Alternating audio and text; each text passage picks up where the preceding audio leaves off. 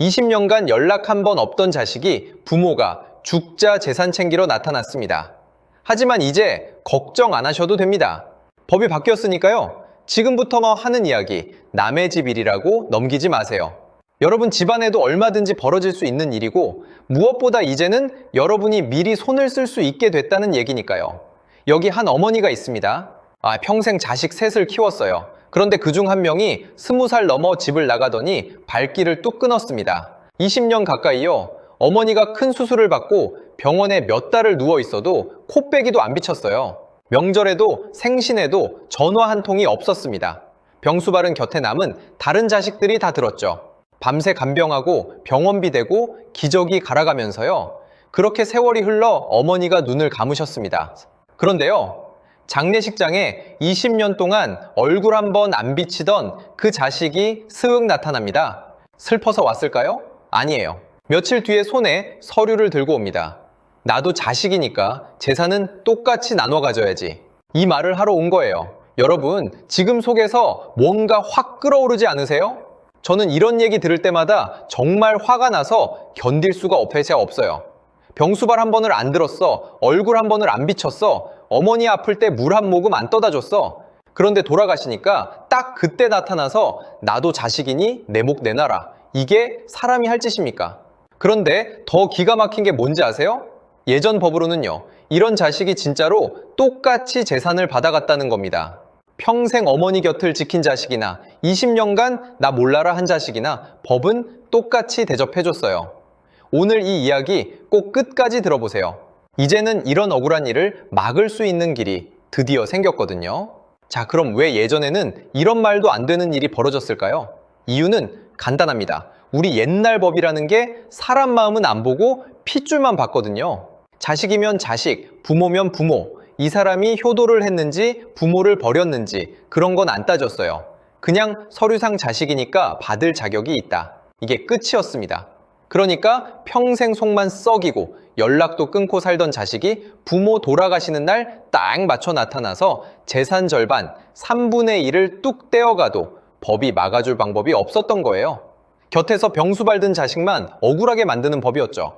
이런 일이 얼마나 많았으면 온 국민이 다 아는 사건까지 터졌습니다. 여러분도 기억하실 거예요. 몇 년 전에 안타깝게 세상을 떠난 가수 구하라 씨. 그분이 세상을 떠나자 9살 무렵에 집을 나가서 20년 가까이 연락 한 번 없던 친어머니가 갑자기 나타났어요. 그러고는 딸이 남긴 재산의 절반을 달라고 소송을 걸었습니다. 딸을 버리고 떠났던 사람이요.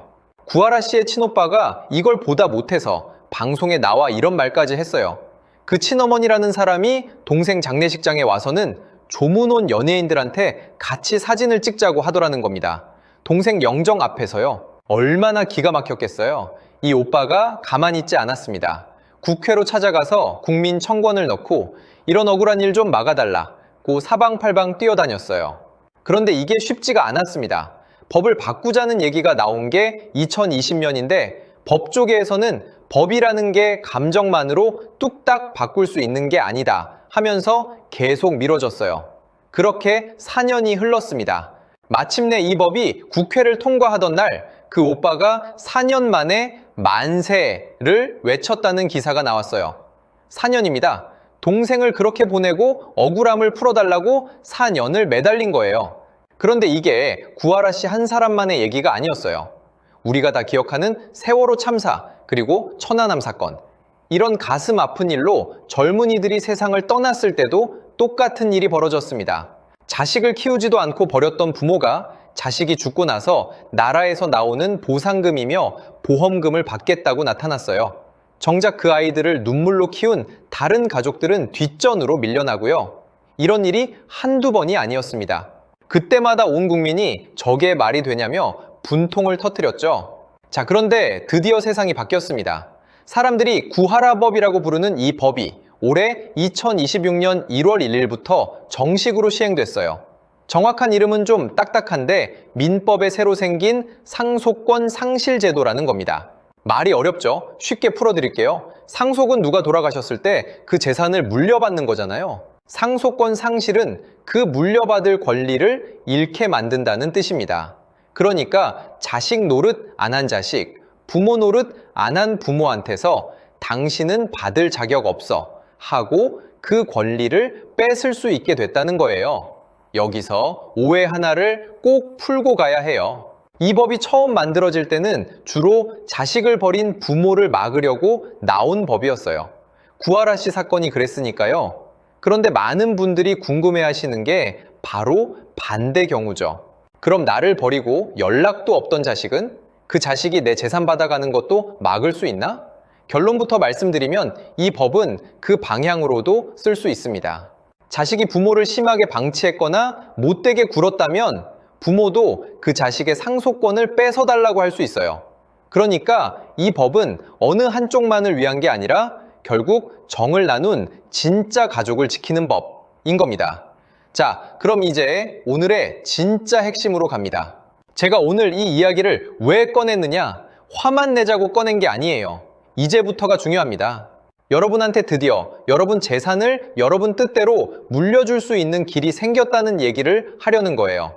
예전에는 아무리 억울해도 방법이 없었는데 이제는 다릅니다. 여러분이 미리 준비만 하면 곁을 지킨 자식에게 더 주고 등 돌린 자식은 걸러낼 수 있어요. 어떻게 하는지 지금부터 딱 3가지로 알려드릴게요. 이 3가지만 기억하시면 됩니다. 첫째, 유언을 남기세요.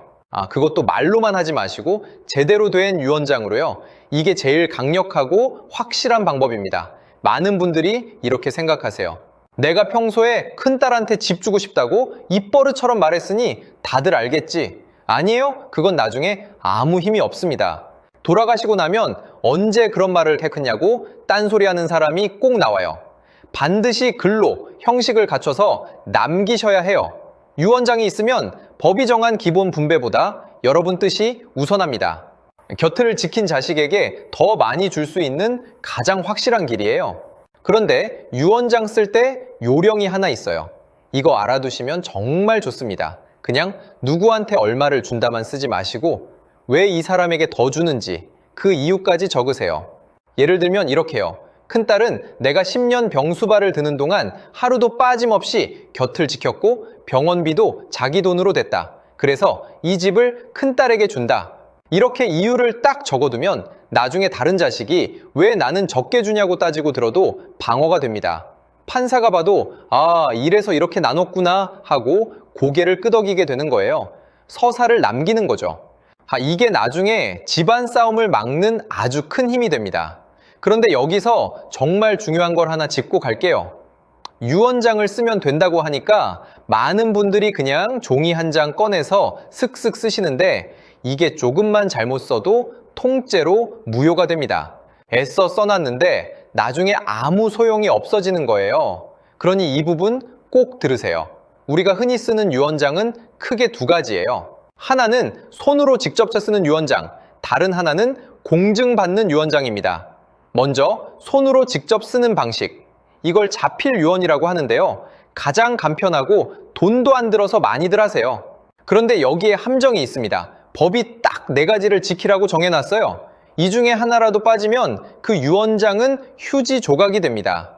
뭐냐면요. 첫째, 처음부터 끝까지 반드시 본인이 손으로 직접 써야 해요. 컴퓨터로 쳐서 인쇄하거나 다른 사람이 대신 써주면 무효예요. 몸이 불편하다고 자식한테 받아쓰게 하시면 안 됩니다.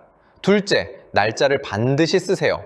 그것도 몇 년, 몇 월 며칠까지 정확히요. 2026년 봄 이렇게 쓰면 안 되고 2026년 3월 5일 이렇게 딱 적어야 해요. 셋째, 주소를 쓰세요. 이거 많은 분들이 빼먹는데 실제로 주소를 안 썼다고 유언장이 무효가 된 대법원 판결이 있어요. 애써 다 써놓고 주소 하나 빠뜨려서 전부 물거품 된 겁니다. 넷째, 이름을 쓰고 도장을 찍으세요. 사인만 하면 불안하고 도장을 딱 찍으시는 게 확실합니다. 이 4가지, 직접 액체 쓰기, 날짜, 주소, 이름과 도장. 하나라도 빠지면 안 돼요. 그런데 솔직히 말씀드리면 이렇게 손으로 쓰는 방식은 나중에 문제가 좀 생겨요. 자식들이 이거 진짜 아버지가 쓴 거 맞아? 필체가 이상한데? 하면서 다투는 경우가 많거든요. 그래서 재산이 좀 있으시거나 자식들 사이가 안 좋아서 다툼이 걱정되신다면 2번째 방식을 강력히 추천드려요. 바로 공증받는 유언입니다. 이건 공증인 사무소에 가서 증인 2명을 데리고 가서 정식으로 유언을 남기는 방식이에요. 좀 번거롭고 재산 규모에 따라 수수료도 좀 듭니다. 그런데 이게 왜 좋으냐? 나중에 자식들이 아무리 이거 가짜다, 억지로 쓴 거다 하고 우겨도 뒤집기가 정말 어려워요. 전문가가 확인하고 증인까지 섰으니까요. 게다가 손으로 쓴 유언장은 돌아가신 뒤에 법원에 가서 이 유언장이 진짜다 하고 확인받는 절차를 또 거쳐야 하는데 공증유언은 그 절차도 없이 바로 효력을 발휘합니다. 남은 가족들이 훨씬 편해요. 그러니 우리 집은 좀 다툴 것 같다 싶으면 돈이 좀 들더라도 공증유언으로 확실하게 해두시는 게 제일 마음 편한 방법입니다. 둘째, 정말 등을 돌린 가족이 있다면 상속권 자체를 뺏는 방법이 있습니다. 이게 바로 아까 말씀드린 구하라법이에요. 단순히 재산을 적게 주는 걸 넘어서 아예 너는 상속받을 자격이 없다고 만드는 거죠. 방법은 2가지예요. 하나는 살아계실 때 직접 법원에 청구하는 방법, 또 하나는 유언으로 그 뜻을 남겨서 나중에 처리하게 하는 방법입니다. 다만 여기서 아주 중요한 걸 짚고 갈게요. 이건 그냥 제 밉다고 되는 게 아니에요. 단순히 사이가 나쁘거나 몇 년 연락 없었던 정도로는 법원이 인정 안 해줍니다. 부양을 심각하게 저버렸거나 학대나 심하게 부당한 대우가 있었어야 해요. 그리고 마지막 판단은 반드시 법원이 합니다. 여러분이 정한다고 되는 게 아니라 판사가 사연을 다 따져본 뒤에 선고를 해줘야 효력이 생겨요. 그래서 여기서 셋째, 가장 실용적이면서 놓치기 쉬운 게 나옵니다. 바로 증거를 남기세요. 왜냐? 방금 말씀드렸듯이 마지막엔 법원이 판단하잖아요. 그럼 판사가 뭘 보고 판단하겠어요? 여러분이 아무리 저 자식이 나를 20년 버렸어요 하고 목이 터져라 외쳐도 그걸 증명할 게 없으면 법원은 못 받아들여요. 법은 눈물이 아니라 증거로 움직이거든요. 그러니까 평소에 자료를 남겨두셔야 해요. 병원에 입원했는데 그 자식이 한 번도 안 왔다? 그럼 병원 기록이 증거가 됩니다. 주고받은 문자, 카톡, 통화 녹음, 연락이 끊긴 세월을 보여줄 수 있는 건 뭐든지 다 모아두세요. 이게 나중에 여러분 뜻을 지켜주는 방패가 됩니다. 여기다 한 가지만 더 보태드릴게요. 이런 청구에는 정해진 기간이 있어요. 무작정 나중에 해도 되는 게 아니라 그 시기를 놓치면 아무리 억울해도 못하게 되는 수가 있습니다. 그러니까 우리 집안에 이런 딱한 사정이 있다 싶으면 설마 무슨 일 있겠어 하고 미루지 마시고 상속을 잘 아는 변호사한테 한번 상담을 받아보시는 게 좋아요. 상담 한번 받는 게 나중에 큰 재산을 그리고 가족 사이를 지키는 길입니다. 물론 이 법이 마냥 좋기만 한 건 아니에요. 걱정하는 목소리도 있습니다. 솔직하게 말씀드릴게요. 이러다 집집마다 상속 전쟁이 벌어지는 거 아니냐는 우려예요. 예전 같으면 그냥 법대로 나누고 끝났을 일인데 이제는 저 사람은 자격 없다 하면서 형제끼리 법정에서 다툴 여지가 생겼으니까요. 실제로 한 신문에서는 구하라법이 오히려 상속 싸움을 부추길 수도 있다는 기사까지 나왔더라고요. 또 심각하게 부양을 안 했다는 게 어디까지인지 그 선을 긋는 것도 참 애매합니다. 명절에 몇 번 안 오면 심각한 건지 10년은 되고 5년은 안 되는 건지 이건 앞으로 법원이 판결을 하나하나 쌓아가면서 정해질 문제예요. 그러니 지금은 막 시작된 단계라 확실한 답이 다 나와 있진 않다는 점은 알고 계셔야 합니다.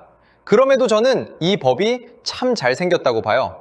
이건 그냥 돈 문제가 아니거든요. 가족이 뭐냐는 질문에 대한 우리 사회의 대답이에요. 핏줄만 이어져 있으면 다 가족입니까? 힘들 때 곁에 있어주고 아플 때 손잡아준 사람이 진짜 가족이죠. 이 법은 바로 그걸 말하는 겁니다. 참고로 우리나라만 이런 게 아니에요. 독일도, 프랑스도, 미국도, 일본도 이미 다 비슷한 제도가 있어요. 오히려 우리가 늦은 편이었습니다. 자, 오늘 이야기 정리해 드릴게요. 머릿속에 그림처럼 딱 새겨두세요. 이제는 여러분이 재산의 주인입니다. 예전처럼 법이 정한 대로 억울하게 나눠지는 게 아니라 여러분 뜻대로 물려줄 수 있는 길이 생겼어요. 딱 3가지만 기억하세요. 첫째, 제대로 된 유언장을 남기세요. 그리고 왜 그렇게 나누는지 이유까지 적으세요. 둘째, 정말 등 돌린 가족은 구하라법으로 상속에서 뺄 수 있지만 사유가 무거워야 하고 법원 판단이 필요합니다. 셋째, 그러려면 평소에 증거를 남기고 기간을 놓치기 전에 서둘러 상담받으세요. 여러분, 재산이라는 게 참 그래요. 살아계실 때는 다들 우리 애들은 우애가 좋아, 알아서 잘 나눌 거야 하시는데 막상 그 순간이 오면 사람이 변하는 경우가 참 많습니다. 평생 곁을 지킨 자식이 오히려 서럽게 우는 일, 저는 정말 많이 봤어요. 자, 그래서 미리미리 준비하시는 게 지혜예요. 오늘 이 영상 하나 봐두신 게 나중에 우리 가족을 지키는 큰 힘이 될 겁니다. 여러분 재산을 여러분 뜻대로 남기는 건 이기적인 게 아니라 남은 가족을 위한 마지막 사랑이에요.